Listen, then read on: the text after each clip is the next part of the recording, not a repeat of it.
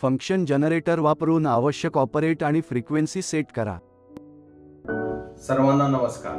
आज आपण function generator वापरून आवश्यक फ्रिक्वेन्सी सेट ऑपरेट करण्यासाठी आणि सेट करण्यासाठी इलेक्ट्रिशियन प्रॅक्टिकल सत्राच्या प्रक्रियेचा अभ्यास करणार आहोत। उद्दिष्टे: या अभ्यासाच्या शेवटी तुम्ही खालील बाबी करू शकाल: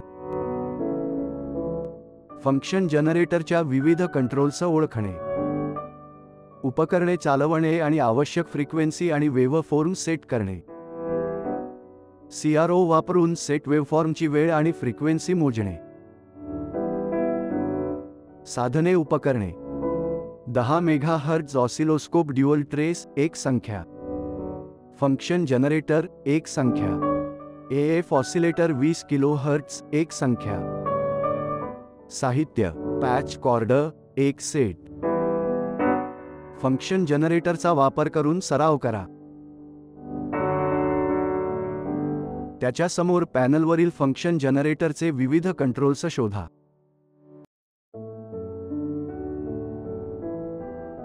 एम्प्लिट्यूड ॲडजस्टमेंट नॉबला किमान स्थितीत ठेवा।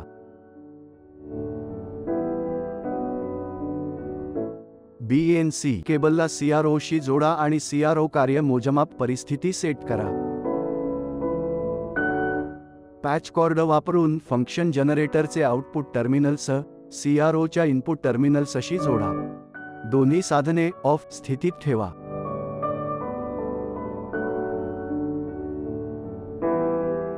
साइन वेव्ह निवडण्यासाठी फंक्शन स्विच दाबा।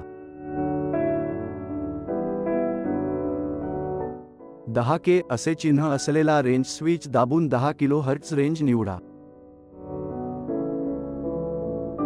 फाइन फ्रिक्वेन्सी डायलला 2 स्थितीवर ठेवा।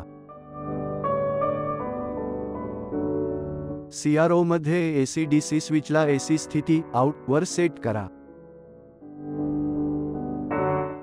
फंक्शन जनरेटर आणि सीआरओ या दोहोंची पॉवर ऑन वर स्विच करा। स्क्रीनच्या मध्यभागी असण्यासाठी ट्रेस समायोजित करा।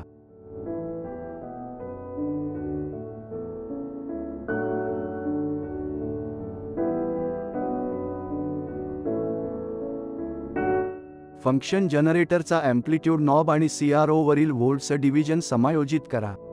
स्क्रीनवर स्पष्ट साइन वेव्ह मिळविण्यासाठी चित्रण बघा।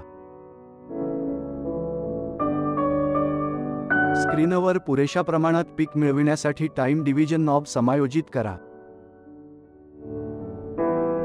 मापन पिरियडची सुरुवात सोयीस्कर रेफरन्स पॉइंट उभ्या आणि आडव्या रेषांचा छेदनबिंदू वर हलविण्यासाठी एक्स शिफ्ट कंट्रोल समायोजित करा। वेव्हफॉर्मचा टाइम पिरियड तपासा।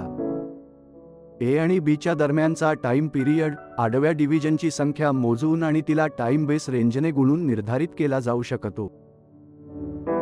म्हणून टाइम पिरियड ती 5 गुणिले 0.1 च्या बरोबर 0.5 मिलीसेकंद आहे। म्हणून वेव्हफॉर्मची एफ बरोबर 1/t बरोबर 1/0.5 गुणिले 10⁻³ बरोबर 20 किलोहर्ट्झ आहे।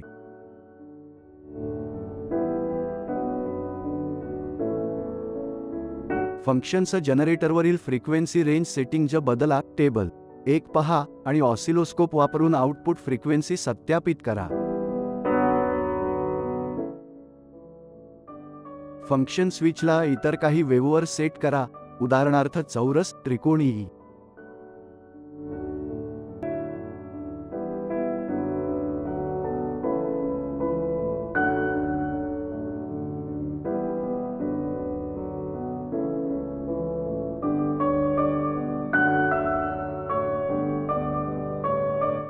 एएफ ऑसिलेटर वापरून सराव। त्याच्या समोर पॅनलवरील एएफ ऑसिलेटरचे विविध कंट्रोल्स शोधा। एम्प्लिट्यूड ॲडजस्टमेंट नॉबला किमान स्थितीत ठेवा।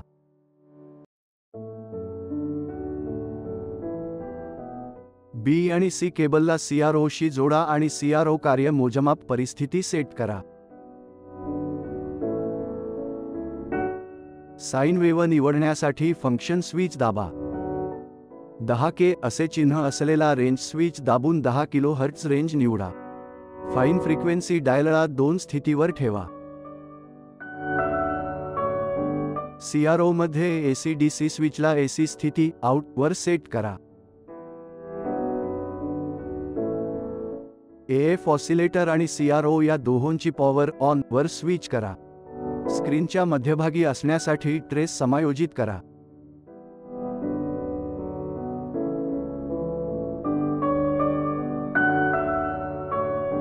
AF ऑसिलेटरचा एम्प्लिट्यूड नॉब आणि CRO वरील व्होल्ट्सचं डिव्हिजन समायोजित करा.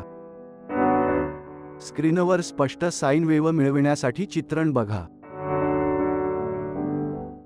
स्क्रीनवर पुरेशा प्रमाणात पीक मिळविण्यासाठी टाइम डिव्हिजन नॉब समायोजित करा. मापन पिरियडची सुरुवात सोयीस्कर रेफरन्स पॉइंट, उभ्या आणि आडव्या रेषांचा छेदनबिंदू वर हलविण्यासाठी एक्स शिफ्ट कंट्रोल समायोजित करा. वेव्हफॉर्मचा टाइम पिरियड तपासा. A आणि B च्या दरम्यानचा टाइम पिरियड आडव्या डिव्हिजनची संख्या मोजून आणि तिला टाइम बेस रेंजने गुणून निर्धारित केला जाऊ शकतो. फंक्शन्स जनरेटरवरील फ्रिक्वेन्सी रेंज सेटिंग बदला. टेबल 1 पहा आणि ऑसिलोस्कोप वापरून आउटपुट फ्रिक्वेन्सी सत्यापित करा. फंक्शन स्विचला इतर काही वेव्हवर सेट करा, उदाहरणार्थ चौरस, त्रिकोणी.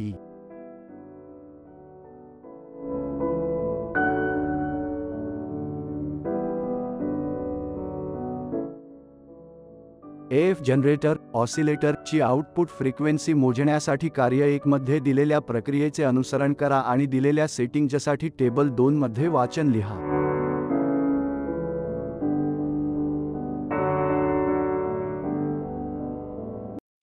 आता आपण हे कसे करावे ते शिकलो. फंक्शन जनरेटरच्या विविध कंट्रोल्स ओळखणे, उपकरणे चालवणे आणि आवश्यक फ्रिक्वेन्सी आणि वेव्ह फॉर्म सेट करणे. CRO वापरून सेट वेव्ह फॉर्मची वेळ आणि फ्रिक्वेन्सी मोजणे. आशा आहे की आपल्याला ही तांत्रिक प्रतिक्रिया स्पष्टपणे समजली आहे.